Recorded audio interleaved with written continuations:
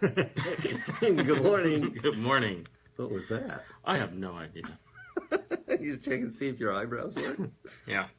Making sure they're still there. Well, good morning and welcome to Family Jewels. And this is season 2, episode 22. Really? It's 222. And then you drop our sample. Yeah, I know. I need to clean it probably. Well, they're not going to see like the fingerprints and stuff on it. So okay. yeah, we don't have that good a camera.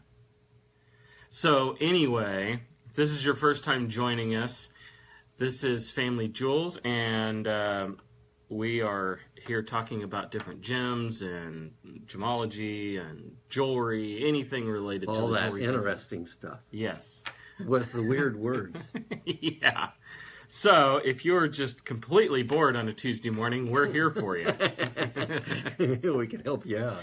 Yeah, we can increase your boredom.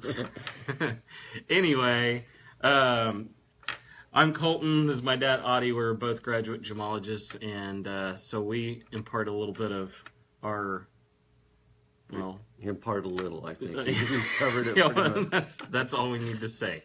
Anyway, today we're going to be talking about a synthetic stone that has been around a little while, has apparently gained a little bit more popularity here lately because we seem to be having people asking about this all the time. Mm. We covered this briefly a few weeks back in another episode where we were talking about diamond simulants, where we talked about... But it's probably been a while, though, hasn't it? Yeah, it's been Last maybe... year? No, it's been maybe a month and a half ago we talked Oh, really? about diamond simulants. But we're going to specifically talk about moissanite today, and some of its properties that are similar and some that are different from diamond, kind of the pros and cons with moissanite. Do I show it now? You can, Oh, okay. yeah. Maybe I need to get that closer or whatever. And like he said, our camera's not incredible. Yeah. That happens to be a princess cut. Let me get this real quick. And Yeah. probably to kind of start with a little bit, moissanite could actually occur naturally. It's what, silicon carbide? Yes. Good morning, Israel. And but it doesn't. Only in meteorites. Yeah, so I guess it occurs naturally, just not naturally here. But it gets here. But it can... What's really crazy is this doesn't occur naturally by itself, but it has shown up in natural diamonds as an inclusion. Yeah, which is very, very odd. And that's rare. Yeah, very rare. And maybe we've seen one and didn't even know it. Yeah, yeah, because still the way that they got it tested is just, well... Yeah, how would they do that? I don't know. We're not here to discuss that. It's probably going to have to use... I don't know. Some sort of... Yeah. Yeah. Anyway. But for the most part, all the moissanite out there is not naturally occurring. It's been made by man. And I think it was basically named after the guy that found it in a meteorite. Yes. Moissan? Moissan. Yeah. Moissan. What is he, French? I don't know. But I think he found it. I think he found it in a meteorite from Arizona. Dr. Henry Moissan. He was a How do they spell Nobel. Henry? Henri. I'll bet you he's French. Probably. Henry. Well, our French our French is very British accent here. Well, maybe He was a Nobel Prize winner, though. Yeah. Chemistry. And he discovered this in 1893. Oh, wow. But really, these stones didn't really appear until the 90s. So they're fairly recent. What's really crazy is they'll fool a diamond tester. Yeah. And a lot of people don't know that. Not all of them, but yeah, they actually now make diamond testers that, or moissanite testers that actually separate moissanite from diamond. Right. Because a traditional diamond tester, it will actually fool it. And the reason for that is the diamond tester is normally a thermal tester. Yeah, thermal conductivity. And diamond dissipate heat extremely rapidly. In fact, what's first semiconductors were blue diamonds that ended up in satellites. Space. Yeah. So in space. So they conducted electricity and dissipated heat, which that's what a semiconductor needs to do. This one is half semiconductor. It dissipates heat but doesn't conduct electricity. Yeah. So the other thing is the silicon carbide or the moissanite is really hard. Yep. Not it's as hard. Actually harder than sapphire, which is kind of amazing. It's Not a lot. 9.25 on the Mohs scale. Yeah. You know, for those of you that are keeping up with the Mohs scale. Yeah. Yeah. Well, we'll have to talk about Mo sometime. He has to be joking. What about Larry and Curly? We got Larry and Curly here. We'll just talk about Mo. Yeah, but we've had a lot of people asking about moissanite lately, and I think there is a lot of misinformation out there about moissanite. I've heard some come in that have asked about it that said, well, they were told it was just as strong as diamond, and you couldn't tell them apart, and that they held their value better than diamond, and I'm like, wait, what? Where are you? Yeah, I don't know. But there are other reasons for the reason that moissanite is popular besides it's got misinformation. It's got a little bit more fire than diamond. So that's where diamond or moissanite is breaking up light into spectral colors. So you see more reds and greens and blues than what you do diamond. Yeah. They're really hard, which is nice. Right. So their resistance to scratching is good. Probably their biggest selling point's price, because compared to a natural diamond, they are significantly less. But for a synthetic, they're pretty expensive. Yeah. The other thing about moissanite, since it is man-made or whatever, is a lot of those stones are cut really well. Yep. Because they don't have to worry about that they're wasting material to get something pretty. So there's a couple things, and I guess when people come in here asking for moissanite, part of it is that it's harder than cubic zirconia, and it's a little brighter, maybe prettier stone than what white sapphire is. Yeah. The other thing is, I'm going to say that people kind of know that it's made by man, so it's not being mined, so they kind of infer that there's not any abuse to miners. Yeah. Not miners like as in like people under the age of 18. Miners as in digging in a hole. It could be them. It could be both. It could be both, yes. And then the other thing would be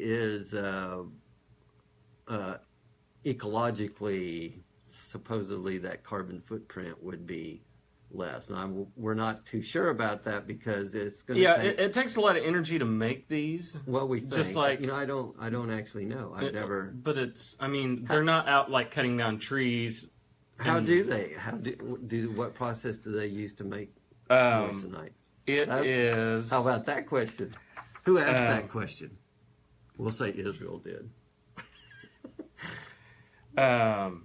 Is it made similar to, is it a high pressure, high temperature? No, it's not. It's similar to a CVD diamond. It's similar to that carbon vapor deposition. They're actually, they're precipitating a vapor of silicon carbide onto a seed crystal. And basically under heat and, if I remember right, a high intensity microwave beam. So would that be vacuum too then? Yeah. But probably the biggest issue with moissanite is almost all of them show a body color of some sort. It's rare to find them pure white like you can in natural diamond. They're going to always either going to have a little bit of yellow to them or green. Yeah. The other thing is too is you still can, even though they're synthetic, or lab grown, however you want to say it, they still have inclusions in them typically. And they have a really, really unique inclusion called a stringer needle, and they actually follow that crystal growth. So they kind of come in towards the center, which is kind of weird, or they come to a central point anyway.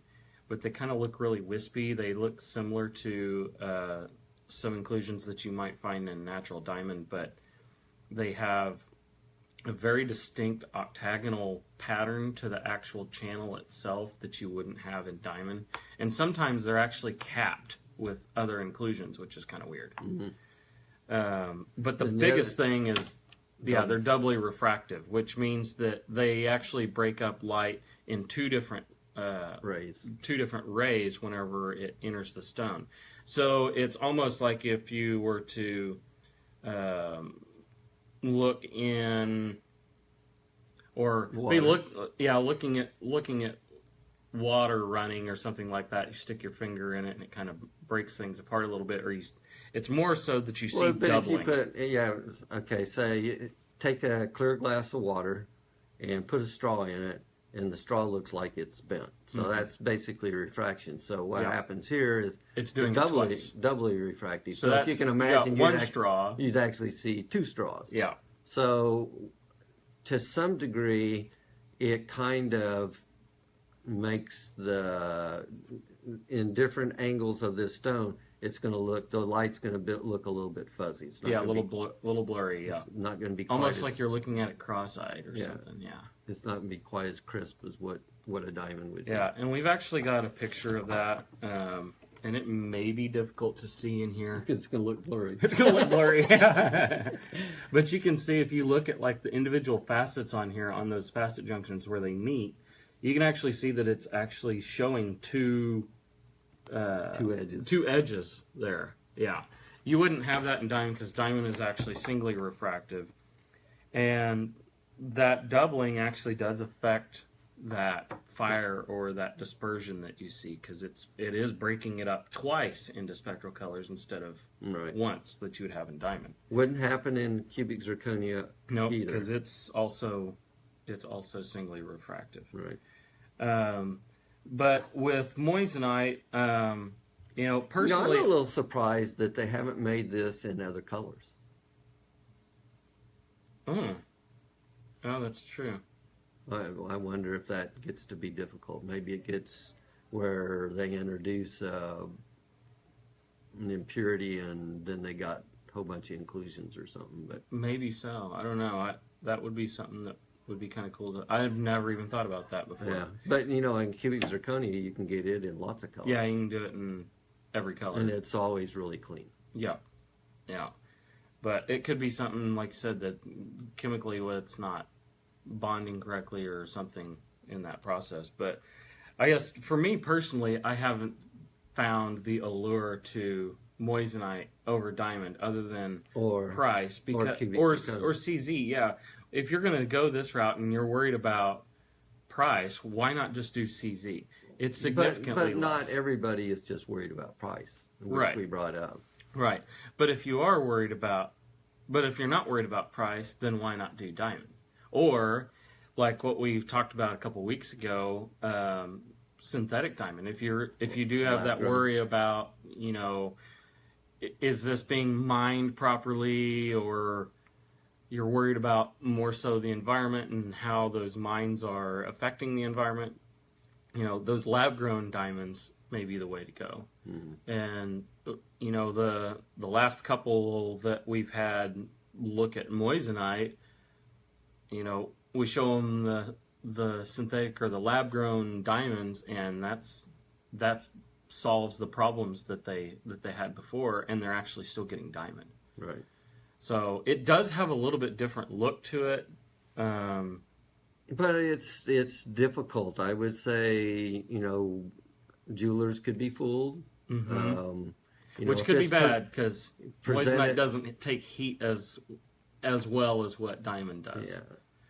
And that would be an expensive, because these stones are not inexpensive. Yeah, they're not diamond prices, but yeah, But compared to like cubic zirconia, they're they're really expensive. expensive. Yeah. Yeah. So it's one of those deals, if you're going to go that route and spend that kind of money, you might as well look at maybe doing the lab grown diamond, get something that's a little, from a jeweler's standpoint, I guess it seems a little bit more stable, and it seems like it would hold its value better than what moissanite would. So at least with the lab grown diamond, it's still in every way, shape, and form diamond. Right. Whereas this is kind of its own thing, and it would be really tough to resell, I would think, if you were ever to get to that point. Yeah, and somewhere along the line, granted it is harder than sapphire, but not near as hard as what diamond is. Somewhere along the line, it will scratch. Yeah. It will abrade. Yeah. But I just think, there are people out there that are selling moissanite that this is the greatest thing since sliced bread. And, Right. And it's not quite sliced bread. Yeah. But just need to be kind of aware that if it's a cost thing, I kind of think that cubic zirconia probably looks more like diamond than what. Yeah, than what the moissanite does. And it's not near as expensive. And if it Still really hard. does abrade, yeah, it's You not, just replace it, and it's no big deal. Yeah. yeah, you could replace 100 CZs compared to one moissanite probably. Yeah. Just Yeah. kind of a quick guess. Yeah. But it's still a unique lab-grown stone in its own right. Now I'm kind of curious about why they don't do colors. Yeah. And I'm not sure what causes the green or yellow, because I'm sure that if you got pure silicon carbide, Just like anything else. it'd be colorless. Yeah. We'll have to ask somebody to. We're going to have to call some people. We can't call Henry No. or Henry. Yeah, because- I'm sure he's been gone for a while. Well, He found it in 1893, so. And if he's Well, still I around, don't think he's going to know anyway. I mean, he found the natural stuff. He's not Right. making it. It's not Yeah. like he's in his kitchen with his mixer in there, Well, maybe he's- whipping up a batch. maybe he's seen some natural that was colored. Has a color to it. You never know. We'll Except do that it we'll says do a he little. found a colorless stone. I'm somewhat interested in figuring that out. May not happen today. I've got enough to do today, but we may do a little. We may have to update this episode at some point. Yeah. And I was trying to think, was moissanite, I don't think was moissanite around whenever I was at GIA? No. Because this only became a synthetic, In the 90s? and it says in the late 90s. I thought it had been around maybe a bit longer, but it was late introduced in the late 90s. So I guess CZ would have been coming in whenever I was at yeah, GIA. CZ's been around a Because little longer. we fooled Milan's dad. Not very long, but Yeah. we had a diamond cutter come in, and the son was going to GIA with me in the same class. And Milan goes, he said, Milan's from India. And Milan says, whenever my dad gets here, we're going to grab one of these CZs and see if we can fool him. And so it was kind of funny was we were actually doing diamond grading, and it was dark in the lab or in the room. Mm-hmm. And so Milan gets me in and he says, my dad's here. And we went to the back because his dad was seemed almost like shy, like he was intruding or whatever. And so we left the lights off, and Milan said, well, hold your hand out. He said, I got something I want to show you. And he probably got a little suspicious then, but he dropped that CZ on his dad's hand. I don't remember what his dad's name was. And the dad kind of bounced his hand up and down. Yeah. He goes, well, it's not diamond, but I'm not sure what it is. Yeah. Well, that really amazed me. But CZ is considerably heavier than what diamond is. almost double the specific gravity. So, but that was still kind of funny that. And now like a GIA, whenever you're looking at CZ for the first time there, that's the very first test they tell you to do. It's heft To separate diamond from CZ is, if you got the loose. heft test. You bounce it in your hand because it's like a normal rock kind of diamond kind of thing, and then you put CZ in your hand, and it's like, wow, who put the lead weight in my hand? It's like you got titanium and then lead. Yeah, It's not quite, huge difference. Not quite that much, But moissanite, on the other hand, you can't do that with. They're very, very similar in specific gravity. It's actually a little bit lighter than diamond, yeah. but at this size, you wouldn't ever be able to. Our hefting ability is not good enough. No, it's not sensitive. We could work on that. We could do Heft exercises. we could do some heft exercises. It's only funny for us, I'm sure. Yeah, but we could see. We warned you. We could see who's heftier. We did warn you. So, anyway, if you guys do have any other questions about moissanite or any other stone, please give us a call here at Suzanne's. It's 361-991-7565, or you can stop by our store, check out any of the stones that we've talked about on our show. And we are at 4254 South Alameda in the Town and Country Shopping Center. But we'd love for you guys to come by, check them out. We love answering questions and talking to people about gemstones. Sometimes whether we know them or not. Yeah. Sometimes we create our own. But anyway, thank you guys for watching. Check out our other videos right here on Facebook, and you can check out our website, suzannes-jewelers.com. We thank you guys, and we will see you next week. Thank Bye. you.